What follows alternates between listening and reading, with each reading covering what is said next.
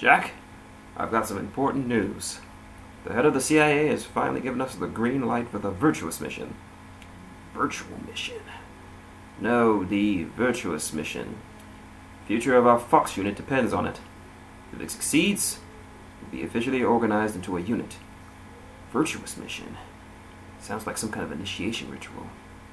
Don't get cocky. This isn't a training op. Right. So what exactly is this wonderful mission? Well, about 2 years ago, a certain scientist from the Soviet Union requested asylum in the West through one of our moles. His name is Nikolai Stepanovich Sokolov.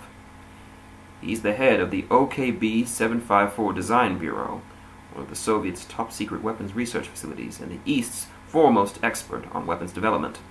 Sokolov. Isn't he that famous rocket scientist? The very same. On April 12, 1961, the Soviets achieved the first manned space flight in human history. The Earth was blue, but there was no God. Well spoken. The rocket that carried Yuri Gagarin into orbit was the A-1, also known as the Vostok rocket. Sokolov was said to be the man most responsible for the multi-engine cluster used in that rocket.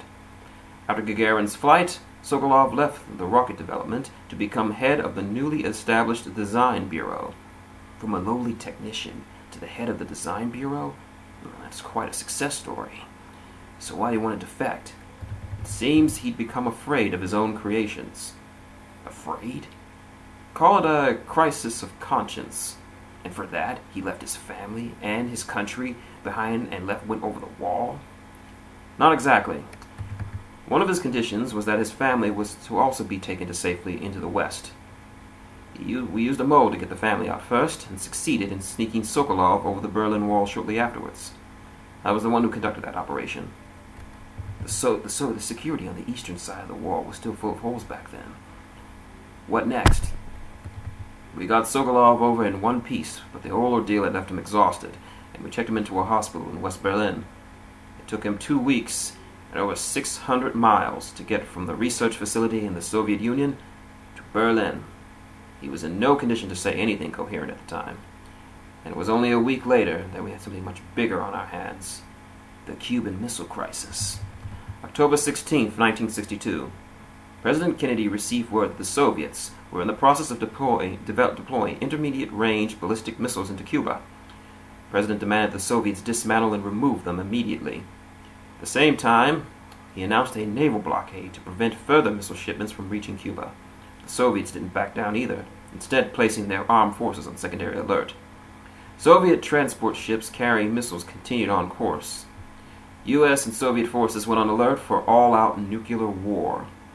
Frantic negotiations were conducted through the UN's Emergency Security Council and unofficial channels to end the hair-trigger standoff. Finally, on October 28th, the Soviets agreed to remove the missiles from Cuba. So the world avoided an all-out nuclear war. But in order to get the Soviets to pull their missiles out, we had to make a deal. You mean the one where the U.S. agreed to remove its IRBMs from Turkey? No. The Jupiter IRBMs deployed in Turkey were obsolete and we were going to get rid of them anyway. They had no strategic value whatsoever to either the U.S. or the Russians. The Turkey deal was a ruse, a cover story that was fed to the other intelligence agencies around the world. So what did the Soviets want? Sokolov. They wanted us to return Sokolov. You mean the Soviets pulled out of Russia just to get their hands on Sokolov? That's right. What the hell was he working on? At the time, we had no idea. We were running out of time. It was either give up Sokolov or risk full nuclear holocaust. In the end, we had no choice. President Kennedy gave in to Khrushchev's demand. The next day, I got Sokolov out of the hospital and handed him over to agents on the eastern side. Sokolov kept screaming, "Save me!" until he disappeared from sight. Then, a month ago, we received some new information from one of our moles. About Sokolov? Yes. He was taken back to the research facility and forced to continue working on the weapon in question under KGB supervision. What's more, it's on the verge of completion. So, what kind of weapon is it? Something to do with space rockets? No. Missiles. Same technology. I guess you're right. We don't know the details, but it appears to be some kind of new nuclear device. For a year now, the Soviets have been conducting frequent tests in Spitanovdiks. Something to do with the weapon, I assume. We're talking about a secret weapon so big that Khrushchev was ready to pull out of Cuba to get it back. Is Sokolov in the research facility?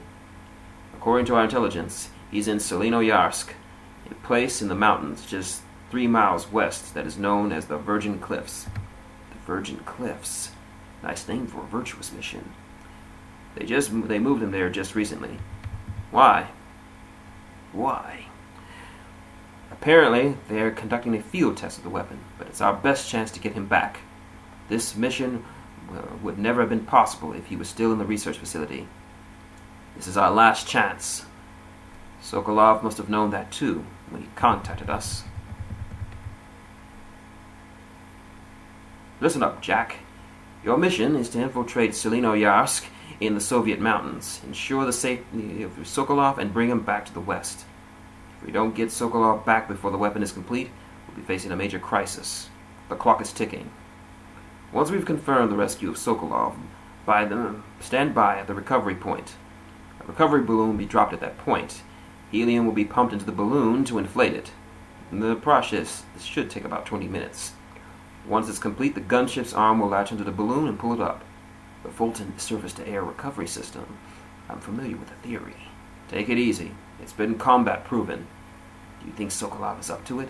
The shock will be less than that during a parachute jump, and the arm can handle up to 500 pounds.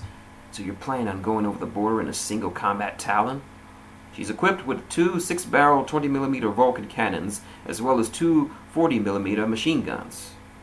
Sounds like she could hold her own against a battalion of tanks. Even with the fuel in the reserve tank, we're facing a 4-hour time limit. If all goes well, it should take more than a few hours. Home in time for dinner. But if anything goes wrong, you'll be eating dinner, breakfast, and all the rest of your meals in the jungle.